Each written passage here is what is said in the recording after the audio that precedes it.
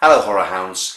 There's a sliding scale of returns with any adaptation of Clive Barker's work. The more involved Barker is, the more successful the adaptation. The less involved and the more producers and directors seem to balk at his intelligent and literary brand of visceral body horror, sexuality and eroticism. Guess which end of the scale Rawhead Rex lies on.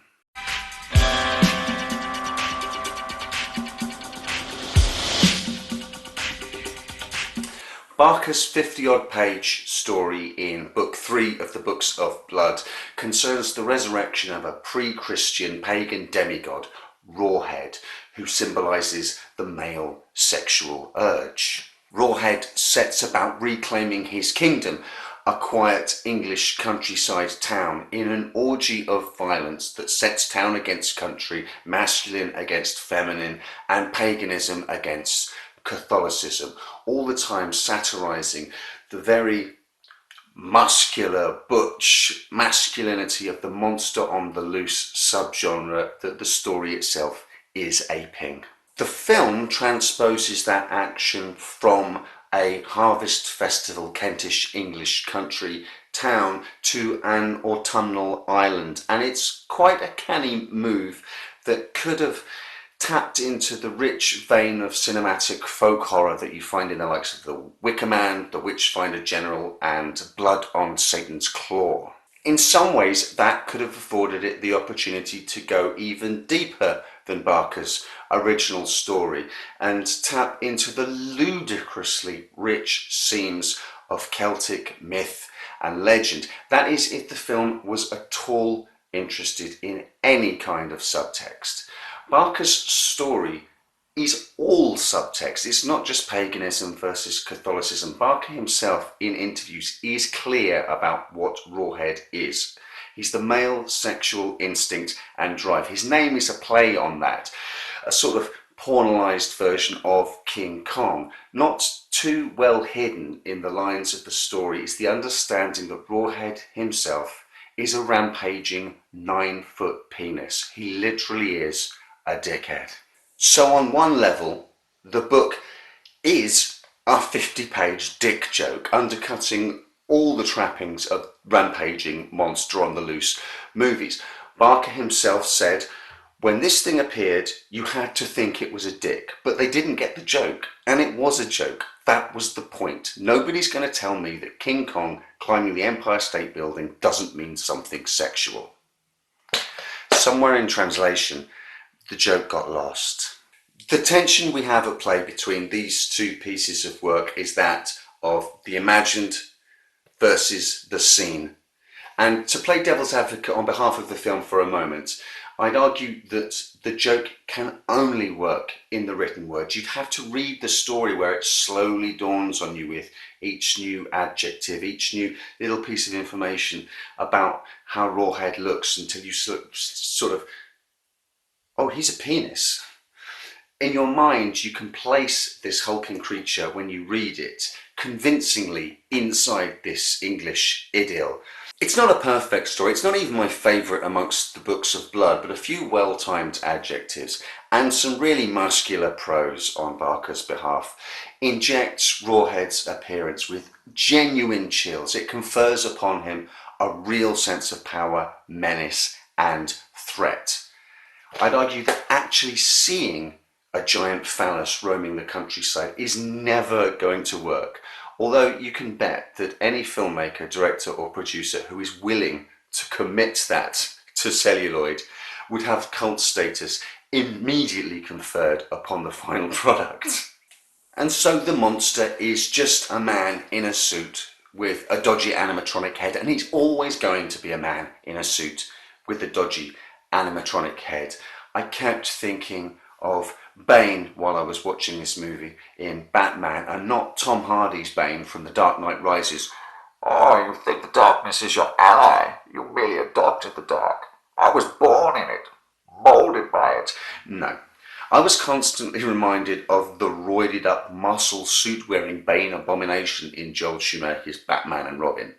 That Bane, if you were a member of GWAR, Another thing lost to the prose version of Rawhead Rex is Rawhead's internal monologue. So in the film, he just becomes a dumb, slavering monster. He's not a demigod, something from a pre-Christian era simultaneously feared and worshipped by humans. There's no sense of his intentions to reclaim his kingdom by bringing low all the constructs of civilization that have risen after his being brought low through a religion that's newer than him. There's also no sense in the final act as to why he would fear a pagan symbol of femininity and fertility. It's all lost in a muck of adaptation, and if you haven't read the story before seeing the film, I think all of these subtleties will be completely lost on you. With source material like that Barker has written, you're going to have to go hard or go home on a film version of Rawhead Rex. If you're going to lose the subtext and you're going to lose the satirical barbs, you cannot afford to neuter the violence. In short, Rawhead is all instinct, all sex drives, all senses. He's the embodiment of the physical, and all that entails in the story: blood, shit, piss, cum, sweat. You have to go full throttle. I do appreciate that at the time, in the mid-80s, regarding the BBFC certification and censorship, it was a horrendous time trying to get a small horror movie made. And to the film's credit, the hero's child is killed, as in the book, albeit off-screen.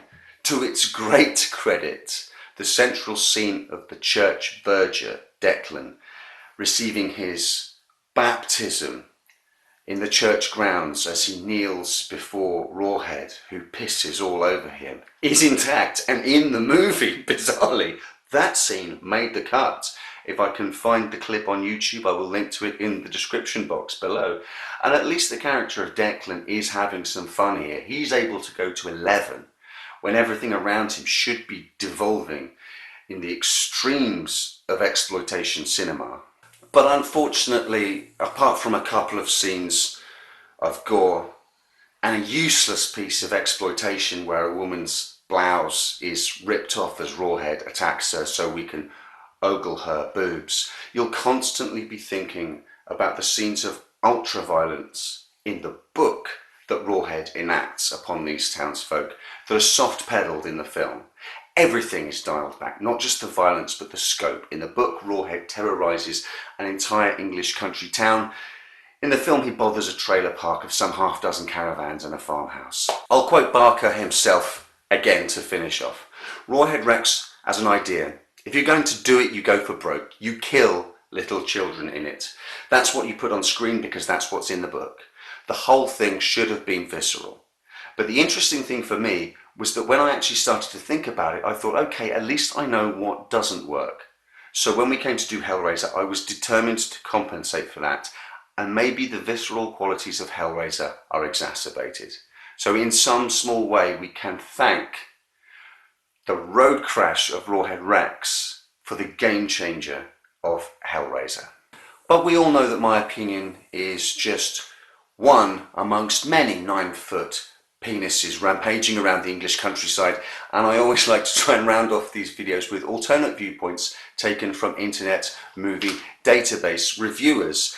In a review called One of the Worst Movies Ever, Bob Wallace says, people mock Plan 9 and Robot Monster, claiming they're the worst movies ever. At least they're so bad they're funny. Rawhead Rex is so bad it's almost unendurable. I kept wondering how hot the actor must have been in the cheap fake Rawhead Rex head. Thank God for Fast Forward. Whilst Carl Harvey 1972, top cult movie, says, I've given this a 10 to bump up the average because 4.2 doesn't reflect the core horror quality that is a strong undercurrent in this movie. I saw Rawhead when I was quite a bit younger, but all those who saw it with me said the same thing, that this movie contains a genuine flavour of something you can't quite put your finger on, but other directors, collectors of horror should take note of. Don't dismiss this movie. It's stupid on many levels, but like The Evil Dead, contains that low-budget horror magic that only a few directors can capture. Am I wrong? And finally, Nina Hagendas says in a review called An odd movie about a walking meatloaf. This is one hell of an odd movie, yet it always makes me think of dear old Mom. A few years ago, my mother had a chemical peel on her face, and for a few days, she looked just like the monster in Rawhead Rex. In fact, I still call her Rawhead Rex every now and again, just for fun. This picture is good for a laugh, but that's about it. Pity this picture stars the wonderful David Jukes, but I won't hold that against him.